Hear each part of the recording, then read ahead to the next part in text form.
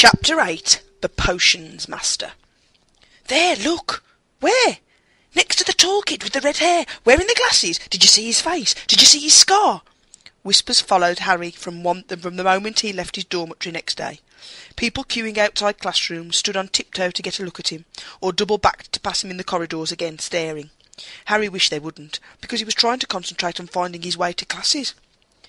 There were 142 staircases at Hogwarts, wide, sweeping ones, narrow, rickety ones, some that led somewhere different on a Friday, some with a vanishing step halfway up that you had to remember to jump.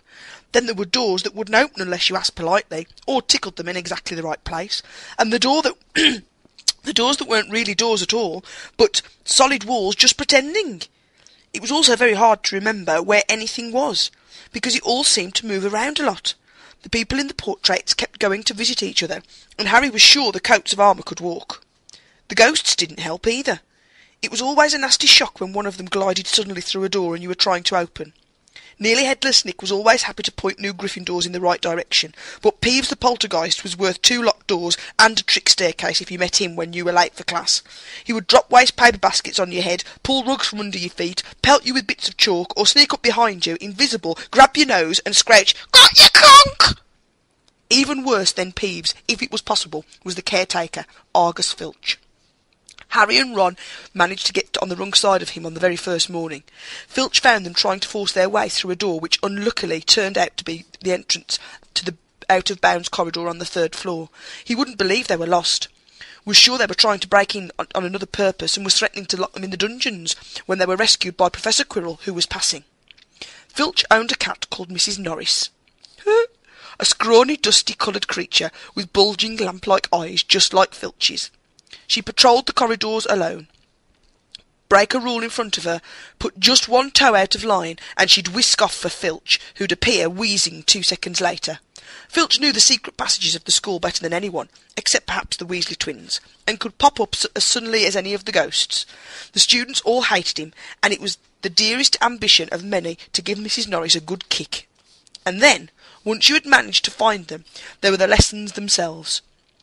There were a lot more to magic, as Harry quickly found out, than waving your wand and saying a few funny words. They had to study the night skies through their telescopes every Wednesday at midnight, and learn the different names of different stars and the movements of the planets.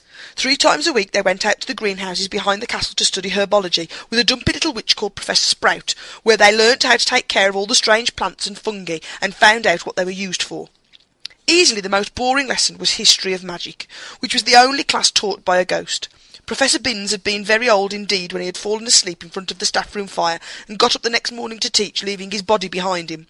Binns droned on and on while they scribbled down names and dates and got Emeric the Evil and Ulric the Old Ball mixed up. Professor Flitwick, the charms teacher, was a tiny little wizard who had to stand on a pile of books to see over his desk. At the start of the first lesson he took the register, and when he reached Harry's name he gave an excited squeak and toppled out of sight. Professor Mcgonagall was again different. Harry had been quite right to think that she wasn't a teacher to cross. Strict and clever, she gave them a talking to the moment they sat down in their first class. "Transfiguration is some of the most complex and dangerous magic you will learn at Hogwarts," she said. "Anyone messing around in my class will leave and not come back. You have been warned." Then she changed a desk into a pig and back again. They were all very impressed and couldn't wait to get started, but soon realised they weren't going to be changed the furniture into animals for a long time. After making a lot of complicated notes, they were each given a match and started to trying to turn it into a needle. By the end of the lesson, only Hermione Granger had made any difference to her match. Professor McGonagall showed the class how it had gone, all silver and pointy, and gave Hermione a rare smile. The class everyone had really been looking forward to was Defence Against the Dark Arts, but Quirrell's lessons turned out to be a bit of a joke. His classroom smelled strongly of garlic, which everyone said was to ward off a vampire he'd met in Romania and was afraid would be coming back to get him one of these days. His turban, he told them, had been given to him by an African prince as a thank you for getting rid of the troublesome zombie, but they weren't sure they believed his story. For one thing, when Seamus Finnegan asked eagerly to hear how Quirrell had fought off the zombie, Quirrell went pink and started talking about the weather. For another, they had noticed that a funny smell hung around the turban, and the Weasley twins insisted that they were stuffed full of garlic as well, so that Quirrell was protected wherever he went. Harry was very relieved to find out that he wasn't miles behind everyone else. Lots of people had come from Muggle families, and like him, hadn't any idea that they were witches and wizards. There was so much to learn that even people like Ron didn't have much of a head start.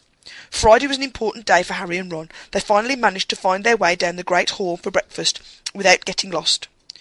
"What have we got today?" Harry asked Ron as he poured sugar on his porridge. "Double potions with the Slytherins," said Ron. "Snape's head of Slytherin house. They say he always favours them. We'll be able to see if it's true." "Wish McGonagall favoured us," said Harry. Professor McGonagall was head of Gryffindor house, but he hadn't stopped by giving them a huge pile of homework the day before. Just then the post arrived. Harry had used to this by now, but it was giving him a bit of a shock on the first morning when about 100 owls had suddenly streamed into the great hall during breakfast, circling the tables until they saw their owners and dropping letters and packages onto their laps. Hedwig hadn't brought Harry anything so far, so sometimes flew in to nibble his ear and have a bit of toast before going off to sleep in the owlery with the other school owls. This morning, however, she fluttered down between the marmalade and the sugar bowl and dropped a note onto Harry's plate. Harry tore it open at once.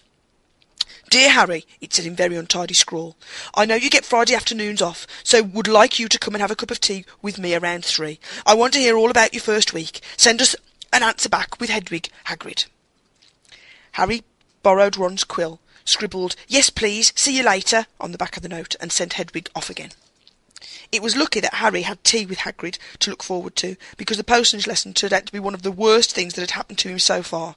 At the start of term banquet, Harry had got the idea that Professor Snape disliked him. By the end of the first potions lesson, he knew he'd been wrong. Snape didn't dislike Harry, he hated him. Potions lessons took place down in one of the dungeons. It was colder here than in the main castle, and would have been quite creepy enough without the pickled animals floating in glass jars all around the walls. Snape, like Flitwick, started the class by taking the register, and like Flitwick, he paused at Harry's name. "Ah, yes," he said softly. "Harry Potter, our new celebrity." Draco Malfoy and his friends Crabbe and Goyle sniggered behind their hands. Snape finishing calling the names and looked up at the class. His eyes were black like Hagrid's, but they had none of Hagrid's warmth. They were cold and empty and made you think of dark tunnels. "You are here to learn the subtle science and exact art of potion-making," he began. He barely spoke in more than a whisper, but they caught every word. Like Professor McGonagall, Snape had the gift of keeping a class silent without effort. "As there is little foolish wand-waving here, many of you will hardly believe this is magic.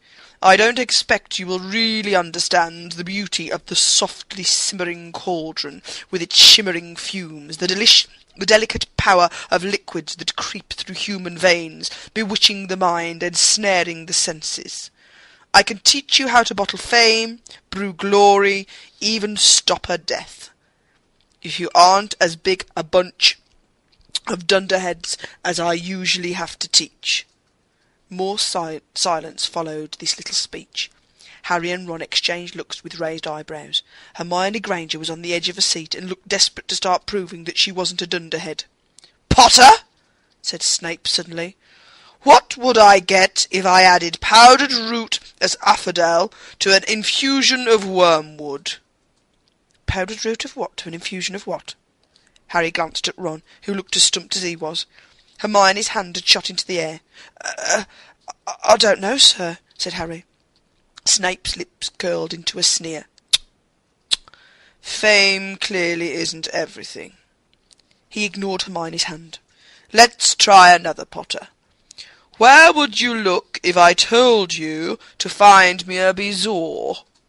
Hermione stretched her hand as high as the air as it would go, without her leaving a seat, but Harry didn't have the faintest idea what a bezoar was. He tried to look at Malfoy, Crabbe and Goyle, who were shaking with laughter. "I don't know, sir." "Thought you wouldn't open a book before coming, eh, Potter?" Harry forced himself to keep looking straight into those cold, dark eyes. He had looked through the book at Dursley's, but did Snape expect him to remember everything in 1,000 magical herbs and fungi? Snape was still ignoring Hermione's quivering hand. "What is the difference, Potter, between monk's hood and wolfsbane?" At this, Hermione stood up, her hand stretching towards the dungeon ceiling. "I don't know," said Harry quietly. "I think Hermione does, though. Why don't you try her?" Few people laughed. Harry caught Seamus's eye and Seamus winked. Snape, however, was not pleased.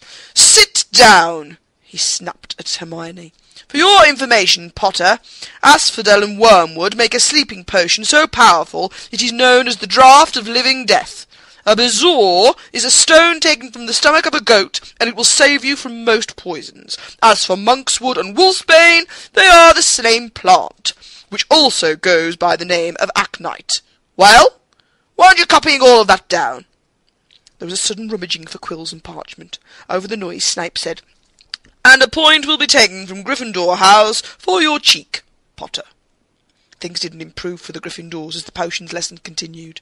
Snape put them all into pairs and set them to mixing a simple potion to cure boils.